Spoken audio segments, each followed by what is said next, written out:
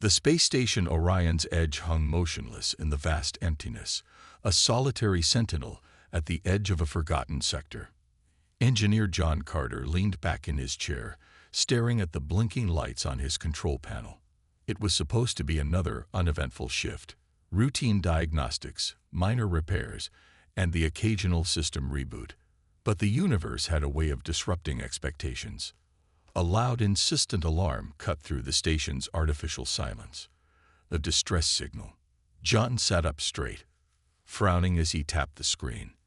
The signal was weak, barely readable, and it came from a single escape pod drifting in the void, just outside the station's outer docking perimeter.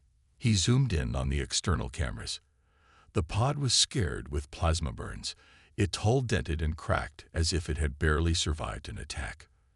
There were no identifying marks, no faction insignia, just a nameless, battered shell lost in space. A distress beacon meant someone was inside, and someone meant trouble. John hesitated. There were strict protocols for unidentified vessels. He should alert command, wait for clearance, let security handle it. But something about this pod felt different. He didn't know why, but his gut told him there was no time to wait. He activated the station's docking override, pulling the pod into the airlock with a series of mechanical clunks. Steam hissed as the decompression cycle engaged, stabilizing the pressure. A soft green light blinked, safe to open. John took a breath, his heart beating a little too fast. Then he stepped forward and unlatched the hatch. The door slid open, and she fell into his arms. At first, his brain refused to process what he was seeing. She wasn't human. Silver skin shimmered under the dim station lights, her long dark hair tangled and damp with sweat. Delicate features, high cheekbones, slightly pointed ears. Her eyes, large and luminous, glowed with an eerie, unnatural light. She was injured. He could feel how light she was, how her body trembled. Her breath was ragged. Her lips parted, and she spoke in a voice so soft, so hauntingly melodic that it sent a shiver down his spine. "Enter me, human." John's grip tightened instinctively. Had he misheard her? He was about to ask what she meant when her fingers curled weakly around his wrist. Her skin was warm, too warm, almost feverish. "Please," she whispered, "you must. Enter me. You are my only hope." The words made no sense, yet there was urgency in her tone, a desperate pleading that set off every alarm in his brain. Was she delirious? What was she asking? Before he could say anything, a new alarm blared through the station, a proximity alert. John turned sharply toward the screen. His breath caught in his throat. Something enormous had just appeared outside the station. A massive, jagged silhouette loomed beyond the station's sensor range, almost blending into the darkness of space. Its shape was wrong, shifting, as if it were cloaked in some kind of distortion field. No transmission, no identification code. A ghost ship. John's stomach twisted. Whoever this alien girl was, someone had followed her here, and they weren't here for rescue. John barely had time to react before the station's automated security system flickered to life. The red emergency lights bathed the narrow corridors in an ominous glow, and the intercom crackled with a robotic warning. Unidentified vessel detected. Warning. External docking breach imminent. His pulse pounded as he shifted his attention between the alien girl in his arms and the blinking emergency display. A breach. That meant whatever ship had just arrived wasn't just sitting outside. It was trying to force its way in. The girl stirred, her silver fingers clutching weakly at his jumpsuit. Her glowing eyes fluttered open, unfocused, as if she were barely holding onto consciousness. "Damn it," John muttered under his breath. He had no idea who she was, what she was running from, or what she meant by that strange, desperate plea. But he didn't have the luxury of time to figure it out. Shifting her weight carefully, he pulled her upright and tried to support her as he moved. She was light, unnaturally so, like her bones were hollow or made of something less dense than human flesh. Every step he took toward the inner corridor felt wrong, as if an invisible weight pressed down on him. the unmistakable feeling of being watched. "Stay with me," he said, glancing down at her. "We need to get out of here." She let out a shaky breath and nodded weakly. But before they could take another step, a metallic groan reverberated through the station. The airlock doors, thick and reinforced, shuddered as if something massive was pushing against them from the outside. John's stomach clenched. That wasn't just a docking attempt. That was something trying to break in. The girl tensed in his grip. "They found me," she whispered, her voice barely audible over the blaring alarms. John gritted his teeth. Who? Who found her? And why was she running? He didn't have the answers, but he knew one thing for certain. Whatever was on that ship wasn't friendly. He needed to move. Now. He shifted course, dragging the girl toward a secured maintenance corridor. It was a secondary route, one that bypassed the main docking area and led to the core of the station. If whoever was out there got inside, they'd search the primary halls first. He had to stay ahead of them. But they had barely made it 10 steps when the lights flickered. A split second later, the entire station shook violently, sending sparks raining down from the ceiling as metal screamed under pressure. The girl winced, gripping his arm tighter. "They're overriding the station's systems." John cursed. How the hell did she know that? He pulled up his wrist console, swiping through the security feed. His blood turned cold. The ship outside. It wasn't a standard vessel. It wasn't even something he recognized. Its exterior shifted like liquid metal, shimmering in the void, warping in and out of visual clarity. A cloaking field. A living ship. Whatever it was, it had latched onto the station like a parasite, forcing a connection into Orion's Edge's mainframe. John wasn't a soldier, but he wasn't stupid. He'd seen enough to know when an invasion was happening. And it was happening now. "Can we shut them out?" he asked, keeping his voice low as he pulled the girl further into the dimly lit corridor. She shook her head weakly. "No, they are already inside." John stopped. His breath hitched. "What do you mean inside?" Before she could answer, the hallway plunged into darkness. A mechanical hiss echoed through the vents. Then another. And another. John's entire body went rigid. That wasn't the ship docking. That was something moving inside the station. He switched his wrist console to infrared mode, raising it toward the corridor ahead. For a brief second, he saw nothing but the usual cold blue of empty space. Then, faint red shapes appeared. Too many shapes. Long, spindly figures clinging to the walls, the ceiling. Moving without sound, without weight. Creeping closer. John's grip on the girl tightened. "We need to run," he whispered. Her breathing was shallow. "If we run, they'll follow." John swallowed hard, keeping his eyes locked on the faint infrared signatures. They were humanoid but wrong, elongated limbs, unnatural angles, joints bending the wrong way. Things that shouldn't exist outside of nightmares. The air around them felt heavier, thicker, as if the station itself was reacting to the intruders. "They're here for you," John murmured.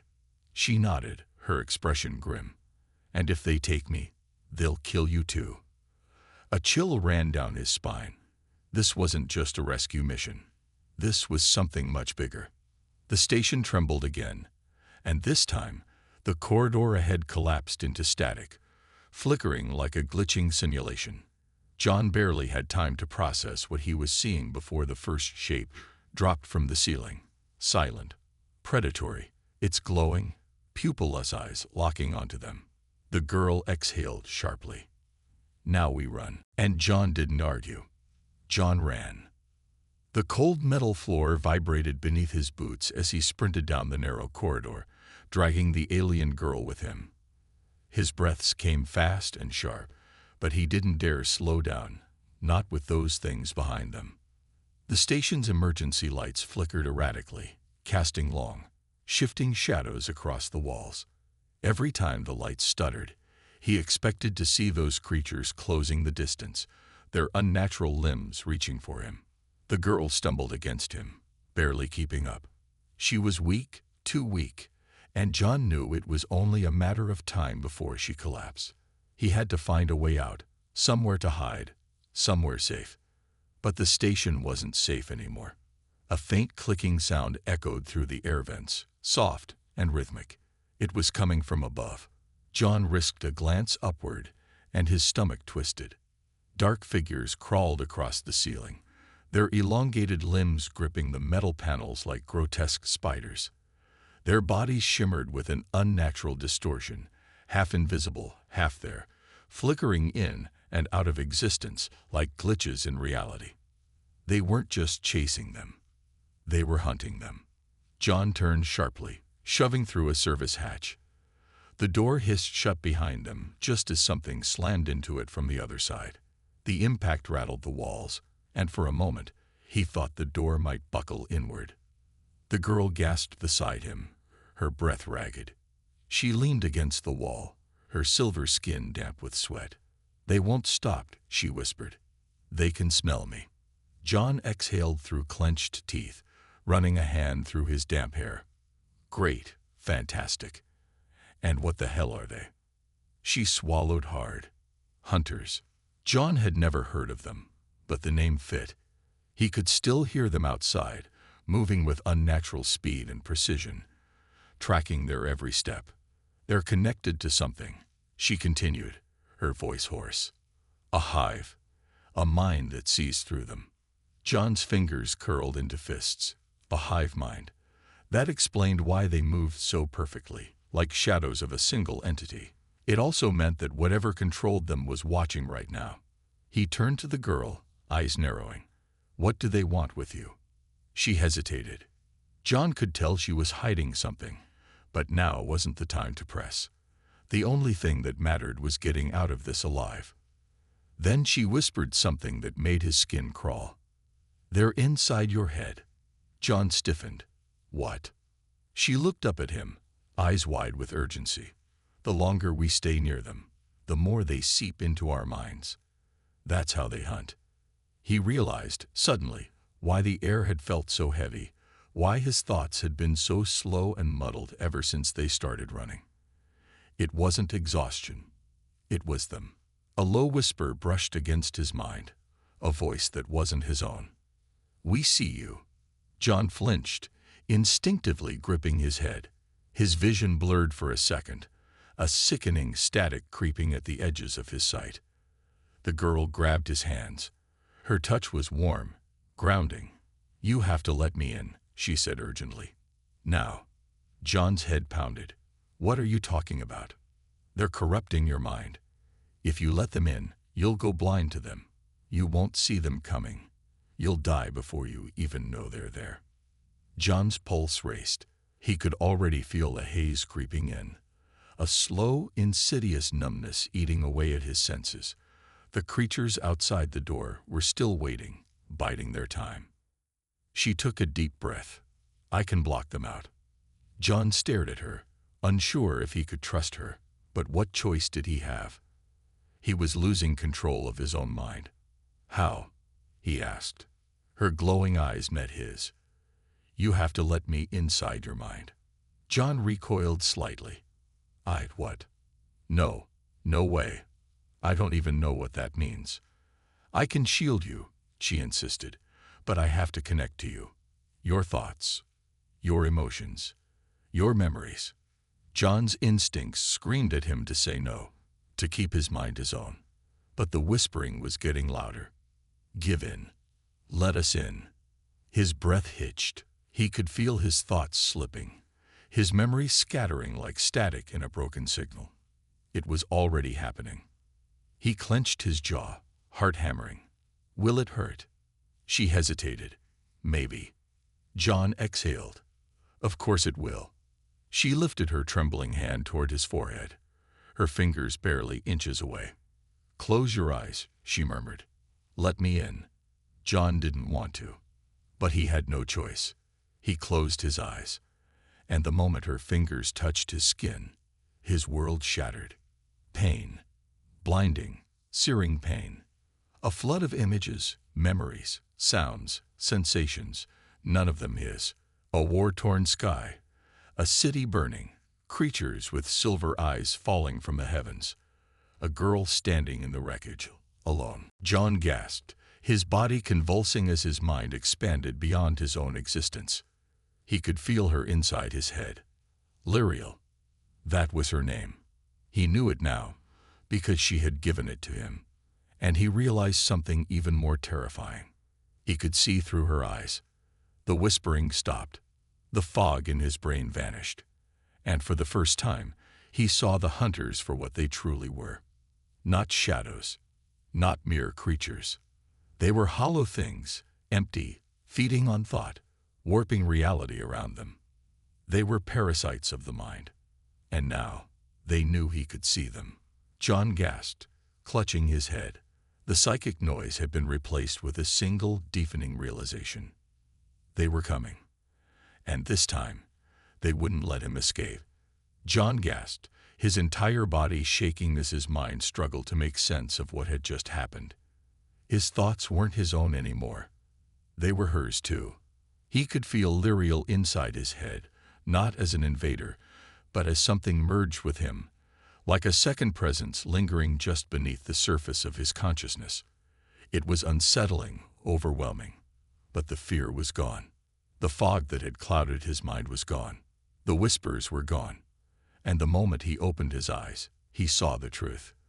The creatures outside the door, the hunters, were not creatures at all.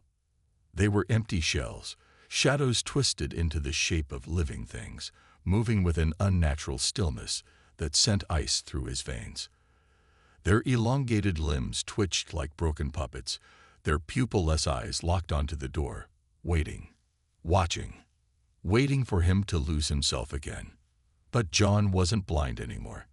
He could see them now. He could feel them. And somehow, impossibly, he knew exactly what they were going to do next. Liriel was speaking in his mind, not in words, not in sentences, but in pure thought, raw and unfiltered. Her presence burned against his consciousness, like static at the edge of a transmission. They know we are linked now. They will try to sever the connection. John swallowed hard, his pulse hammering. How? Before she could answer, the walls of the station groaned, the metal warping unnaturally. The air shimmered, bending and twisting, as if space itself was rejecting their existence. And then one of the hunters stepped through the solid door. John's breath hitched as the creature passed through the reinforced steel, as if it were nothing but mist. It stood there, just a few feet away, completely still. It was waiting. John's instincts screamed at him to run, but Liriel's presence pressed against his mind. Don't move. If you run, they will swarm you. John fought against every urge telling him to bolt. His hands clenched into fists, sweat beading at his temples. The hunter tilted its head, its eyeless face shifting unnaturally, as if adjusting to something it couldn't comprehend. It knew something had changed. Then it lunged. John reacted faster than he thought possible. He grabbed Liriel's arm and yanked her to the side just as the creature's clawed hand sliced through the air where they had been standing. The motion was too fluid, too fast. But somehow, John was just as fast. The mind merge had changed him. He wasn't just seeing through Liriel's eyes. He was thinking like her, moving like her. The hunter snarled, a terrible static-like sound that made John's skull vibrate. Then the others started moving. They poured through the walls like smoke, phasing in and out of reality, their forms flickering between solid and intangible. There were too many. Liriel's thoughts slammed into his mind. We need to reach the escape bay. If we make it to the ship, we can jump away before they. A horrific screech filled the air as one of the hunters melted into the floor, its body dissolving into black mist, spreading across the corridor like a virus consuming reality itself. John felt something cold creep up his leg. He looked down. His boot was sinking into the floor. No, not the floor. The hunter.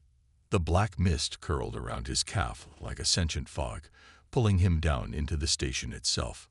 Panic surged through his chest, but before he could even react, Liriel's hands shot forward. She pressed her glowing fingers against his skin, and a sharp pulse of energy shot through his body. The mist shrieked and recoiled like a living thing. John stumbled back, gasping. The ground was solid again. The hunter hissed, its twisted form flickering as it withdrew. Liriel's grip on his wrist tightened. Go. Now. They ran. The corridor twisted ahead of them, the emergency lights flickering as the station itself seemed to bend and distort under the presence of the hunters. John could feel them pressing against his thoughts, trying to unravel his sense of reality. But now Liriel was holding his mind together. With each step, he could feel her guiding him, amplifying his instincts, sharpening his reflexes. The station's escape bay was just ahead. John's breath hitched as he spotted the sleek, dark shape of the prototype starship docked within the bay. A last resort emergency vessel, one that only high-clearance personnel had access to. If they could reach it, if they could get off the station, they might have a chance. But the hunters weren't going to let them go that easily. As they neared the final corridor, the air itself seemed to solidify. John's steps slowed, unwillingly. The space ahead of them warped, stretching and distorting as something enormous materialized. A towering shadow loomed at the far end of the escape bay, its body vast and unknowable, like a void cut into the fabric of existence itself. It wasn't like the others. This one was different. Stronger. Older. The moment John looked at it, he felt his mind fracture at the edges. Liriel's grip on him tightened sharply, dragging his focus back. Don't look at it. Don't acknowledge it.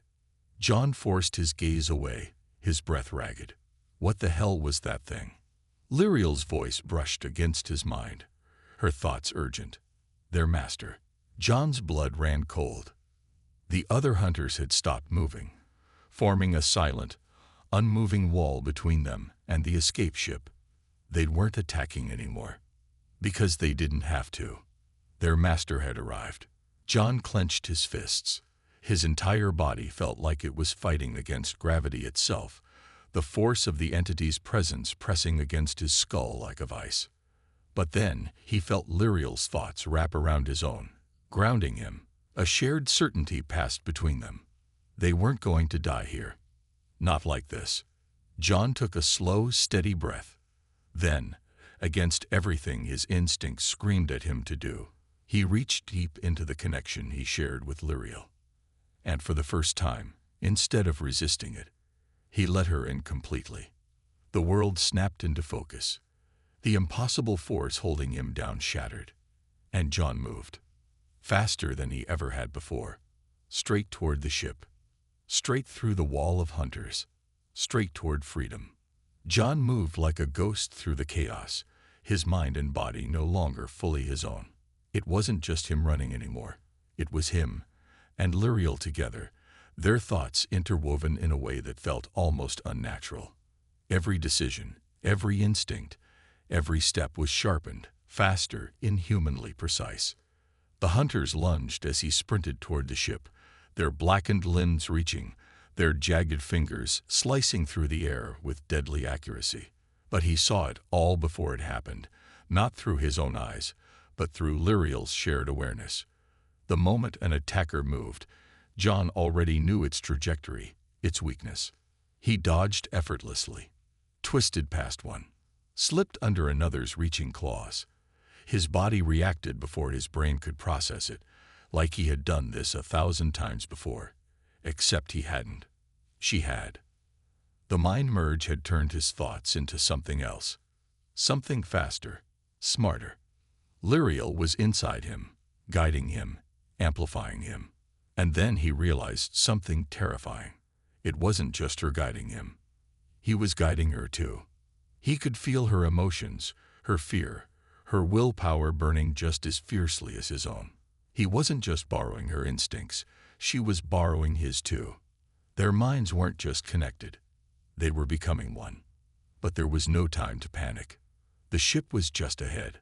John sprinted toward the loading ramp, but the moment his boots hit the edge of the platform, the ship's security systems activated. A cold robotic voice rang out, Unauthorized personnel detected. Ship access restricted. John's heart slammed against his ribs. No, no, no, no. He turned toward the control panel on the side of the ship, his fingers moving before his brain caught up. He had never accessed a ship like this before. This model was top-tier, military-grade. But as soon as he placed his hands on the interface, his fingers moved instinctively, entering complex command strings he shouldn't have known. Because Liriel knew them. Her thoughts merged with his, her understanding of alien technology flowing into his hands. The screen flickered, then turned green. Access granted. The ship's doors hissed open. John didn't waste a second. He grabbed Liriel's arm and hauled her inside just as the hunters screeched behind them. The instant they stepped into the cockpit, John's world blurred with an overwhelming flood of information. It was too much, too fast. Data streamed across his vision in unreadable alien symbols. And yet, somehow, he understood every single one of them. Liriel's knowledge had bled into him completely. He knew how to fly this ship. He didn't have time to question it. The moment he sat in the pilot's seat, his hands moved instinctively across the controls, firing up the engines with movements that felt both foreign and familiar at the same time. The ship rumbled beneath them, thrusters powering up, energy pulsing through the hull. The hunters shrieked in unison, as if sensing their prey slipping away. Then the entire station shook violently. John's stomach lurched as he saw something massive descending outside the docking bay. The master had arrived. The towering entity loomed over the station, its shadowy form too large, too unnatural, its sheer presence warping the air itself. John's brain felt like it was being crushed just looking at it. Liriel's voice slammed into his mind. "We have to go. Now." John didn't hesitate. He punched the thrusters. The ship roared as it shot forward, engines blasting heat into the docking bay. The force was so powerful that the metal walls buckled inward, crushing several of the hunters in the blast. They were almost out. But then, the master moved. It reached for them. Not physically, mentally. John's vision fractured, static crawling across his senses. The ship's controls flickered, error codes flashed on every screen. The engines stuttered, the thrusters died mid-burn, and for one horrifying second, the ship stopped moving. Suspended, frozen, as if time itself had been halted. John tried to move. His hands wouldn't respond. His mind wouldn't respond. It was inside his head. Not like the hunters. Not like Liriel. This was something else entirely. Human. The voice wasn't spoken. It was felt. Raw and ancient, like something from a time before thought itself existed. John screamed silently as his mind was pulled into the abyss. His thoughts unraveled, his memories twisting, warping, splintering apart like they had never belonged to him at all. He felt himself ceasing to exist. And then, Liriel moved. He felt it, like a sudden, violent surge of energy cutting through the darkness. The connection between them ignited, a force unlike anything he had ever experienced. Liriel tore him away from the abyss, slamming his consciousness back into reality. John gasped, his senses snapping back into place. His hands were on the controls again. The ship was still there. The master was still reaching for them. But now, John wasn't afraid anymore. Something clicked inside him, a shared thought between him and Liriel. A final gamble. They couldn't escape, but they could break free. John's fingers tightened on the controls. He reached out, not with his hands, but with his mind. With her mind. And together, they'd willed the ship forward. Not through thrusters, not through technology, through sheer will.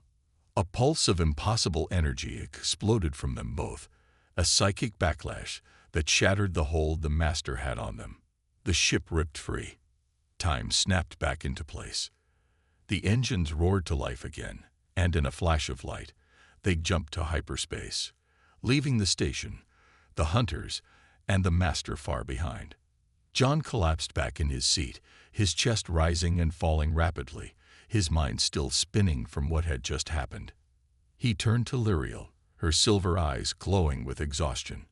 They stared at each other for a long moment, both trying to process what they had just done, what they had just become.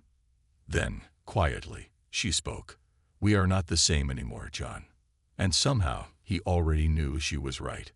Because the mind merge hadn't just saved them. It had changed them forever. Silence filled the cockpit.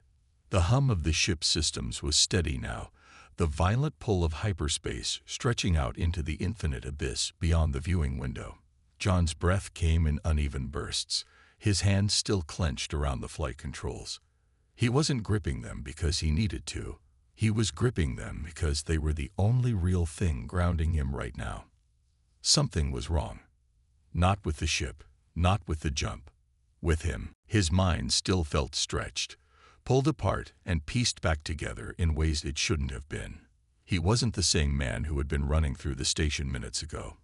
He wasn't even sure if he was still John Carter at all. And then there was Liriel. She sat in the co-pilot's seat beside him, her silver skin glistening faintly in the dim cockpit lights. She looked just as shaken, just as unsettled, but she wasn't looking at him. She was feeling him. He could sense it, the way her thoughts curled around his, a lingering presence that hadn't been there before. The connection between them hadn't faded. If anything, it had deepened. John swallowed, forcing himself to speak. "Are we safe?" Liriel closed her eyes for a brief moment, her fingers twitching slightly against the armrest. She wasn't checking the ship's sensors. She was reaching out with something else. Her connection. Their connection. Finally, she exhaled. For now. John let out a breath he hadn't realized he was holding. His muscles were aching from tension, his mind still reeling from the overwhelming collision of their thoughts, their emotions, their very beings. He turned toward her. What the hell just happened back there? Liriel was quiet for a long time. When she finally spoke, her voice was softer than he had ever heard it. "The Master, it tried to consume you." John flinched at the memory. He could still feel it. The vast, suffocating presence of something incomprehensible, something ancient, something too big for a single mind to withstand. It hadn't just attacked him. It had tried to unmake him. It would have worked, Liriel admitted, her glowing eyes meeting his. "If I hadn't pulled you back." John's jaw tightened. He should have died. He should have been erased, just like the Master had intended. But somehow, Liriel had anchored him, forced him back into existence. He didn't know how, but he could guess. The connection. The mind merge. He exhaled sharply, running a hand over his face. "So that's it. We escaped. We're just free now." Liriel hesitated, and John felt her hesitation before she even spoke. His stomach twisted. "No," she admitted quietly. "We're not free." The words hit him like a gut punch. "You said we were safe." "We are, but we are not free."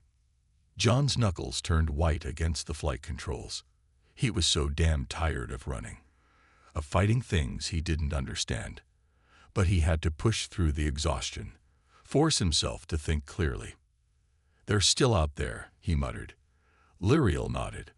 "The Master isn't dead. It won't stop hunting us." And now, she hesitated again, her silver eyes locked onto his with something far deeper than fear. "Now it knows what we are." John frowned. "And what exactly is that?" Liriel's fingers curled into the fabric of her jumpsuit. Something new. John felt a chill roll down his spine. Something new. He glanced down at his hands. They looked the same, but they weren't, because he wasn't the same. The realization crashed over him all at once. He hadn't just shared thoughts with Liriel. He hadn't just borrowed her instincts or knowledge. They had changed each other. Permanently. Liriel sensed his thoughts spiraling, and when she spoke, her voice was gentle but firm. "I should not have merged with you so deeply." John let out a bitter laugh. "No kidding. You were dying," she continued. I didn't have time to do it slowly, to control the process. I had to pull you back completely. I had to. She hesitated, searching for the right words. I had to make you part of me. John's breath caught. The weight of her words settled into his chest like a heavy stone. What does that mean? His voice was hoarse now, like he was afraid to hear the answer. Liriel hesitated. Then she lifted her hand and turned it over, palm facing upward. And the moment John looked at it, he felt it. Not just saw it. Felt it. A tingling awareness, an extension of something inside him that shouldn't be there. His vision blurred, flickering between the real and something other. He could feel the blood in her veins, the energy in her bones, the pulse of her mind intertwined with his. And then, just for a second, his own hand twitched in response, not of his own will, but because she had moved it. John yanked his arm back like he had been burned. His breathing was ragged, his heartbeat pounding in his ears. No, that's. He shook his head, trying to deny the impossible, but the truth was already there, burned into his very existence. The merge hadn't just connected them, it had fused them. Liriel swallowed hard, guilt flashing across her face.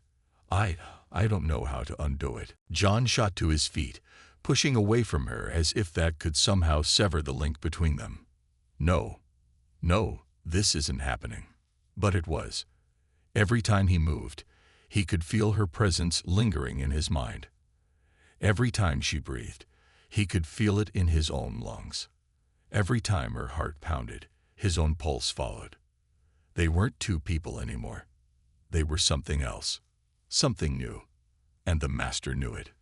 John gritted his teeth, his hands balling into fists as a storm of emotions crashed through him. He wasn't ready for this. He hadn't asked for this. But reality didn't care what he wanted. He forced himself to focus, to think. They had escaped. But the war wasn't over. The master wouldn't stop hunting them. And now it had even more reason to come after them. Because John and Liriel were no longer just prey. They were a threat. He exhaled sharply, rubbing his temples. So, what now? Liriel looked up at him, her silver eyes filled with something he hadn't seen before. Conviction. We find out what we've become. John let out a slow, measured breath. Somewhere in the depths of space, the master was watching, waiting. But John didn't feel like prey anymore. He didn't feel like just a human anymore. Something inside him had awakened. And whatever was coming next, he would be ready. John sat in the dimly lit cockpit, staring out into the vast emptiness of space. The streaks of hyperspace blurred past the window, but his focus wasn't on the stars. It was on himself. His breathing was steady, but it didn't feel like his own. His hands trembled slightly when he lifted them, but the sensation wasn't quite right.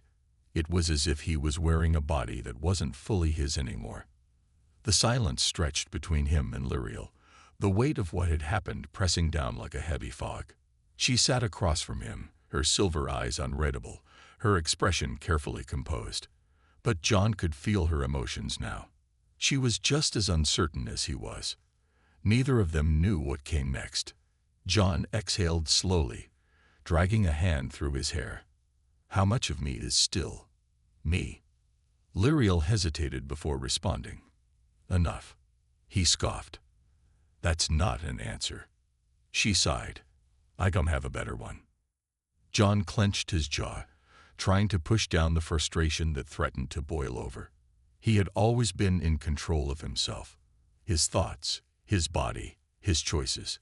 But now, he could feel her inside him, not as an invader, not as an intruder, as something woven into his very existence.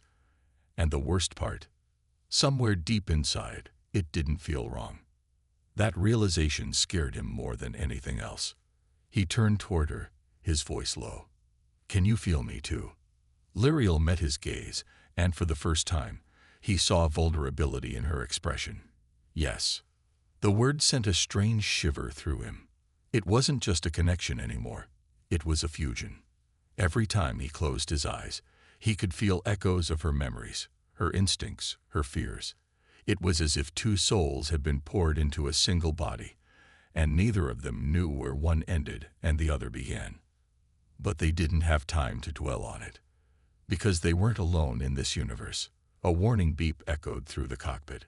John's eyes flicked to the ship's sensors. His stomach twisted. A ship was following them.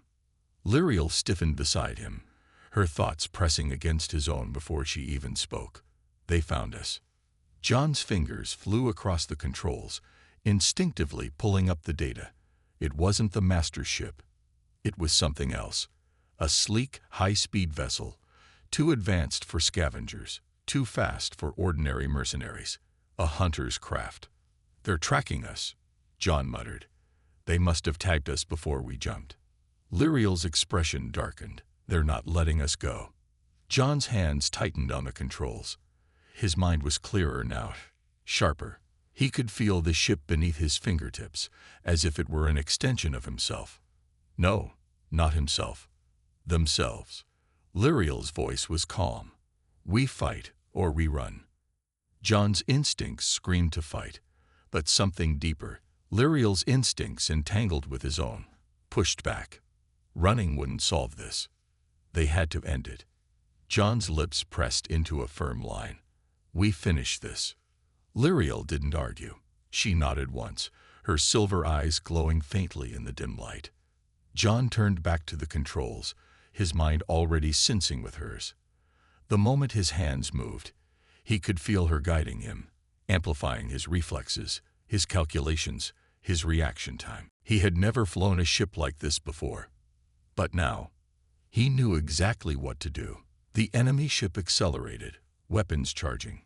John flipped the thrusters, sending their ship into a sudden spiral. The G-force should have crushed him, but it didn't.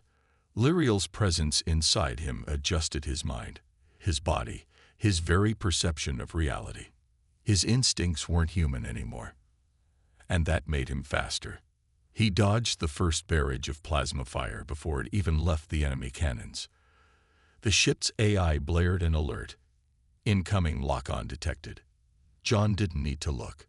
He already knew where the missile was coming from. Liriel's hand shot forward, pressing against his forearm.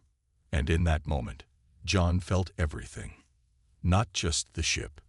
Not just the enemy's weapons. The space around them. The energy of the universe itself. And for the first time, he understood. They weren't just merged in thought.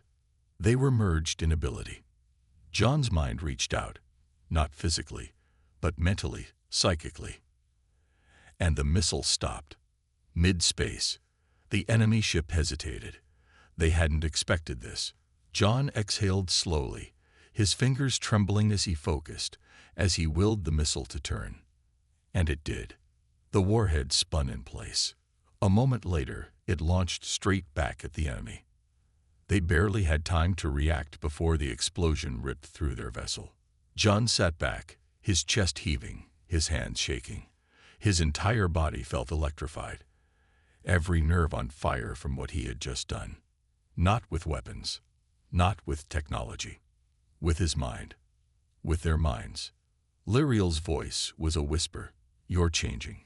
John didn't respond, because he already knew. The merge wasn't just a link. It was evolution. They were becoming something else, something more. And that meant the master wasn't the only one after them now. John turned to Liriel, his voice steady despite the storm inside him. "We need answers." Liriel nodded. "I know where to start." John's fingers tightened around the controls. The enemy ship's wreckage floated behind them, a reminder that they weren't prey anymore. They were a threat. And for the first time, John didn't feel afraid. For the first time, he felt ready. As the ship turned toward its next destination, John let the weight of what had happened settle into him. He was no longer just human. Liriel was no longer just alien. They were something new, and the universe had no idea what was coming.